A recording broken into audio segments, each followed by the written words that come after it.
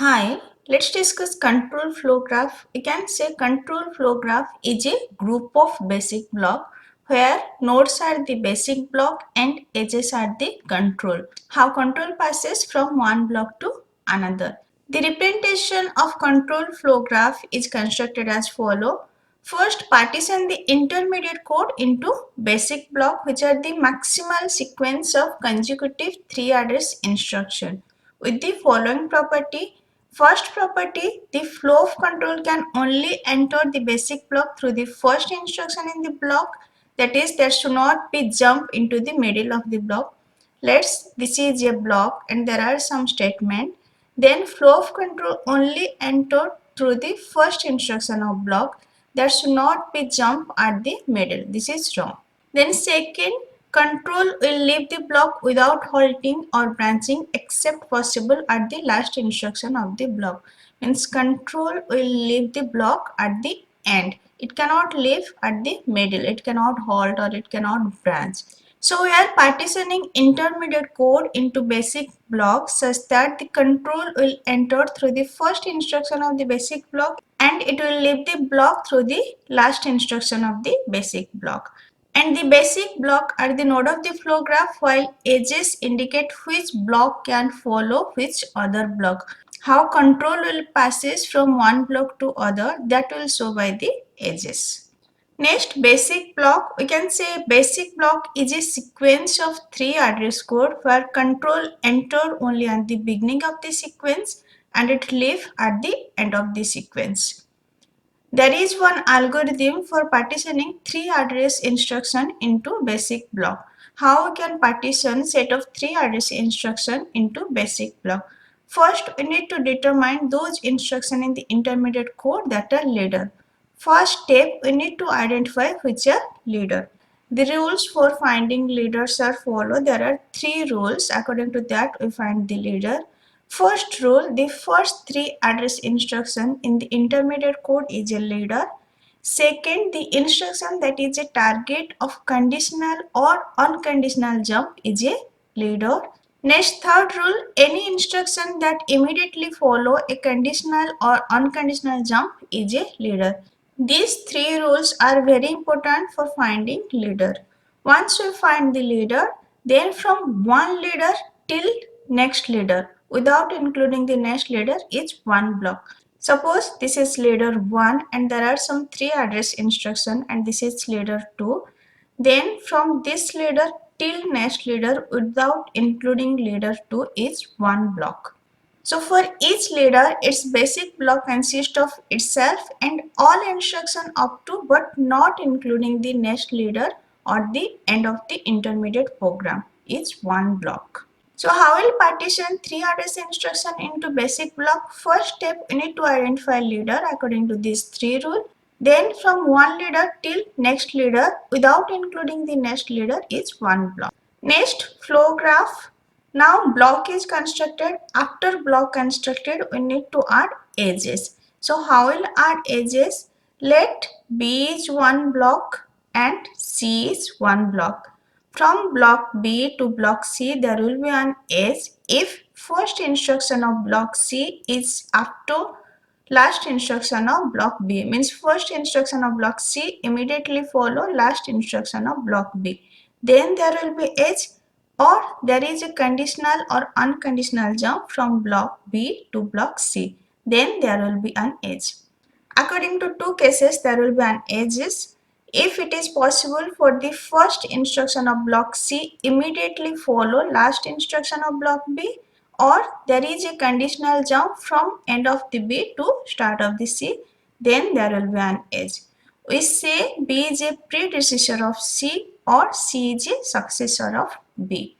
And we'll also add 2 extra nodes. One is entry and another is exit. There will be an edge from entry to the first executable node of the flow graph and there will be an edge from the last executable node to exit.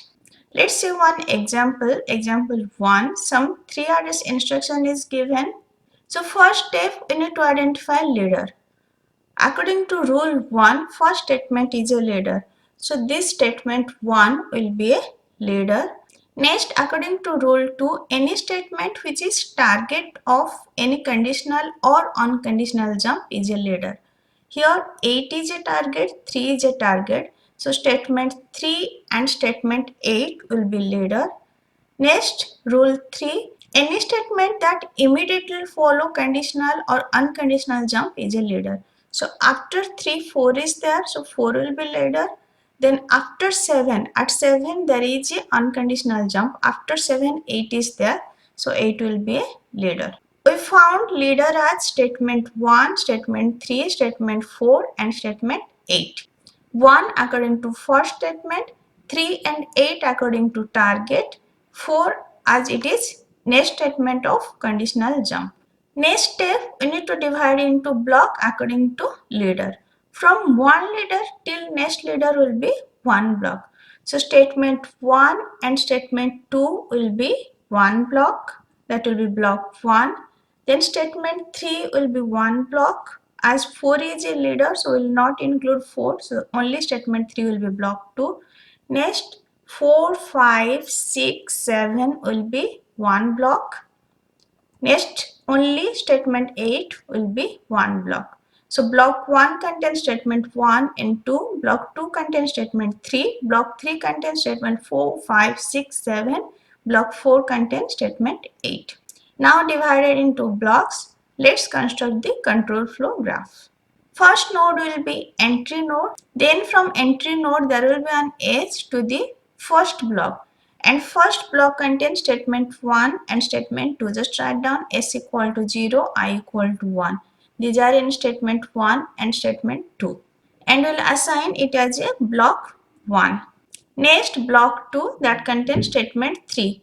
If I greater than n, go to 8. But in control flow graph, we are identifying one statement according to its block, not according to statement number.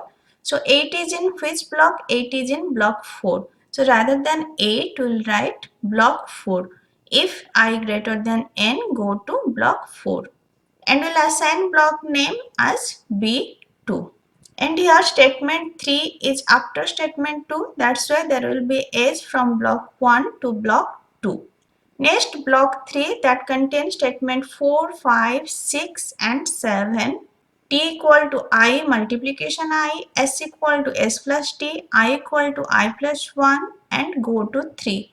3 is in which block? Statement 3 is in block 2. So I'll write go to block 2. And this is our block 3.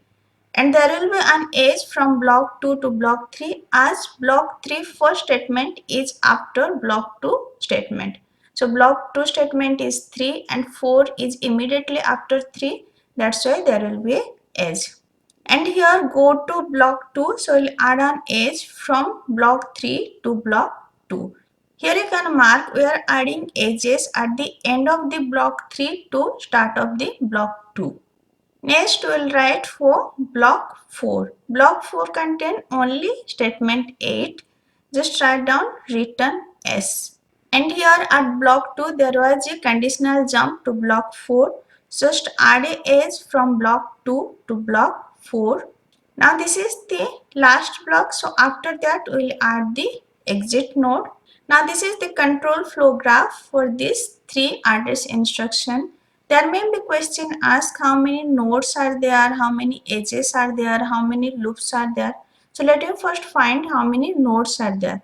This is 1, 2, 3, 4, 5, 6. There are 6 nodes. Then how many edges are there? This is 1, 2, 3, 4, 5. This 6, this is 7. There are 7 edges. Then is there any loop? Yes, from block 2 we are going to block 3. Then from block 3 we are again going to block 2. This is a loop. So block 2, block 3, then again block 2. There is one loop. In next lecture, I'll discuss one more example of control flow graph. If this lecture is helpful for you, please like and subscribe. Thank you.